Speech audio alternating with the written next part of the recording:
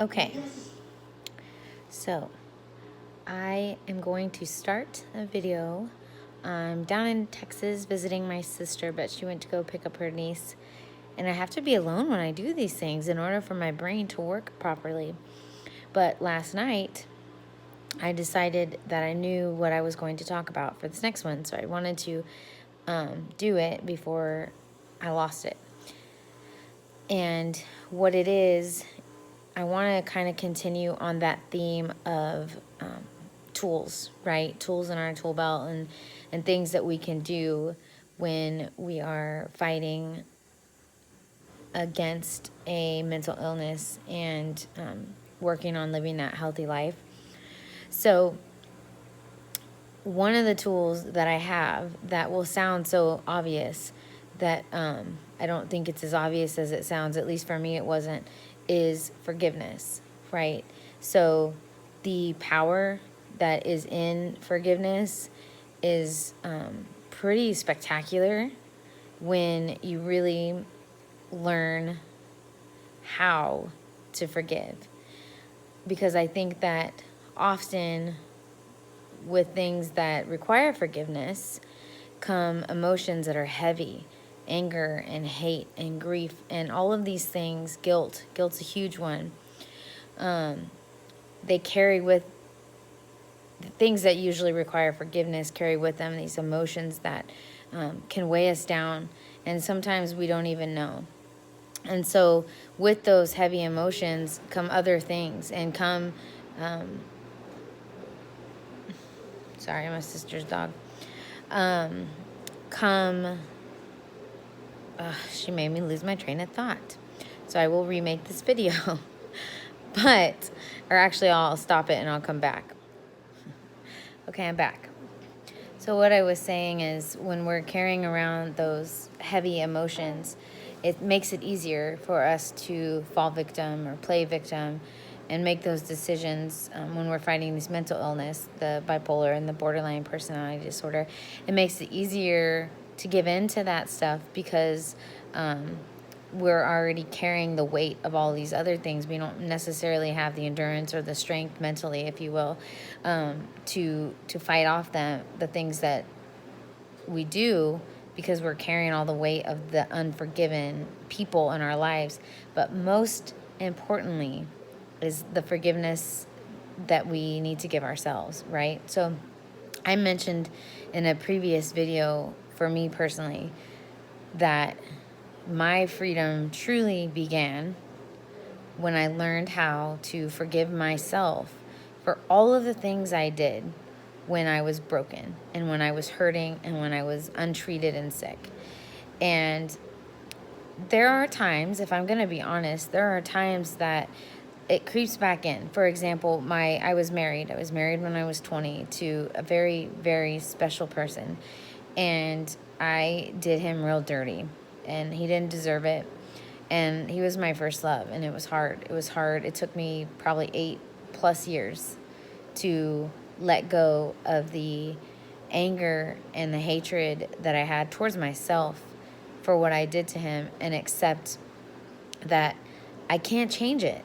I'm not that person anymore, and I can't undo what I did. All I can do is be better, right? And I can fight to be better every day, and I've done that for all these years. But that one was heavy for me because those were my darkest days. I met him when I was 16, going through some really awful things in my life that I don't think is necessarily important to get into right now. But I met him in my absolute darkest time.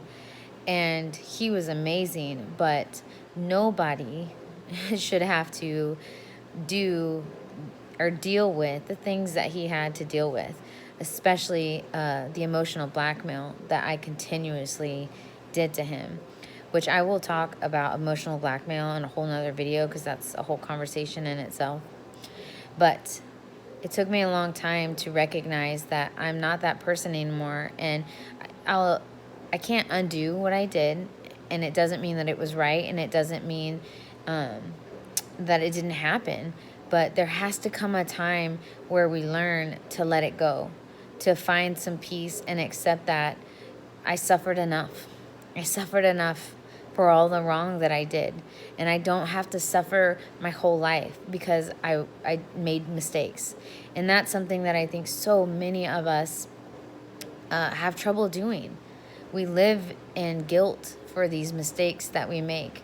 And it can really start to weigh over time, especially if you have a mental illness and you constantly make these mistakes because you haven't learned yet how to fight them off. And so when you learn how to accept that you didn't know what you didn't know and forgive yourself for your mistakes, you get a little bit stronger. And you have another tool to really start moving forward and healing for yourself and healing for other people. And outside of the forgiveness of yourself, you can then, only then, in my opinion, can you start truly forgiving other people for the hurt that they've given you and the wrong that they've done to you. Because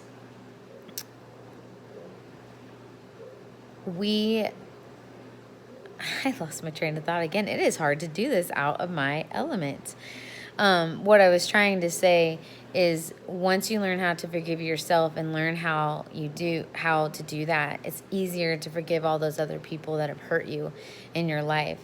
A lot of times we pretend that we've forgiven people and we bury these emotions and they weigh us down without us even knowing that they're weighing us down. We find another distraction, whether it be we jump into another relationship really fast, or whether it be we cut, or we have an eating disorder, or we drink a lot, or whatever, gamble, whatever your vice is, right?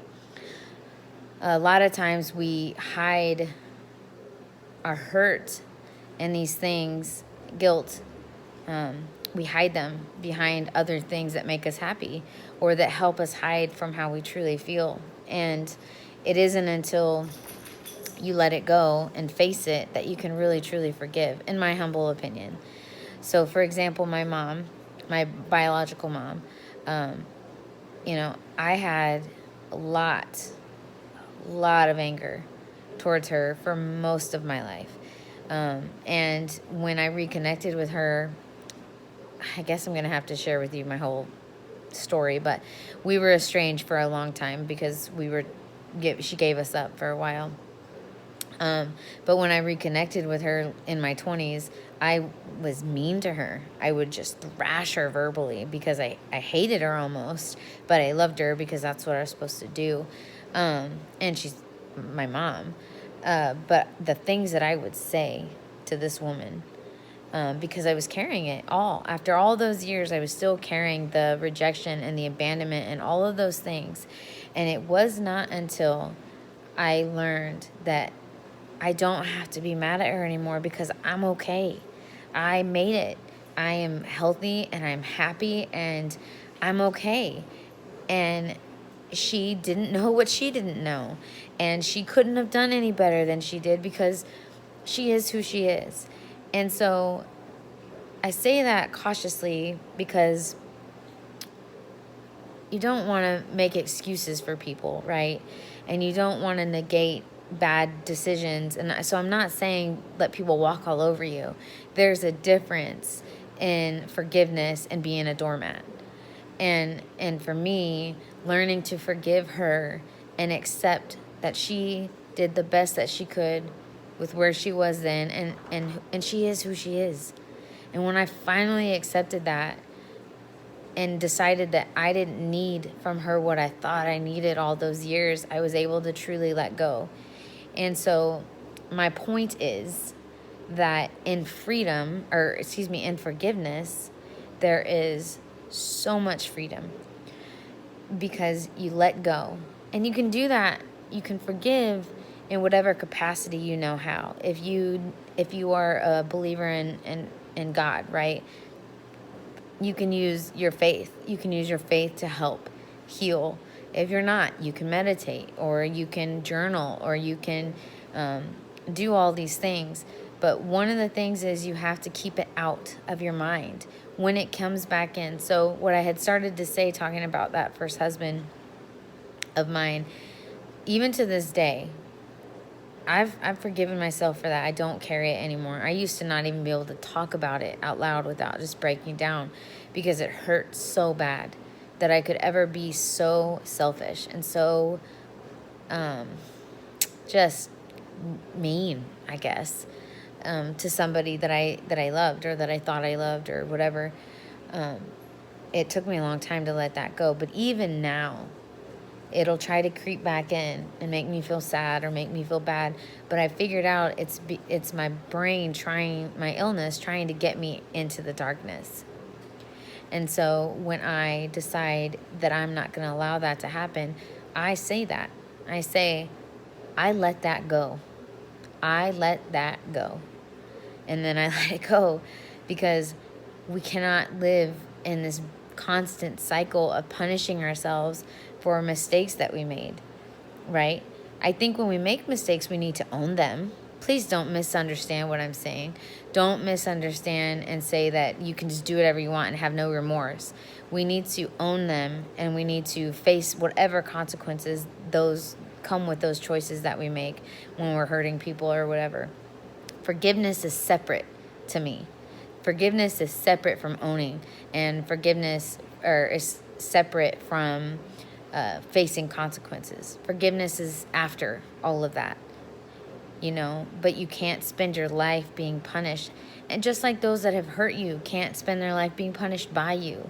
That was something that I really had to take in and dissect and really learn, that it's not fair. It isn't fair to keep these people in my lives to punish them.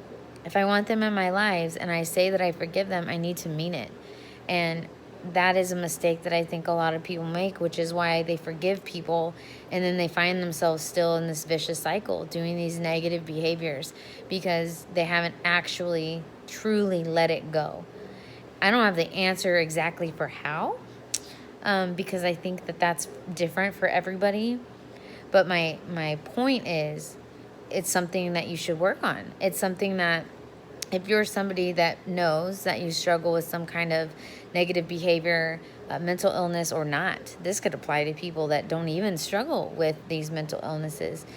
You have to figure out for yourself what it's going to take. But the tool and the power comes in knowing that it's powerful and knowing that it's worth it. Learning how to truly forgive somebody, most importantly yourself, is one of the most freeing things that you could ever do for yourself, ever. And with that freedom, you also get this strength, this new strength, because you have the power. You have the choice. There we are with choice again.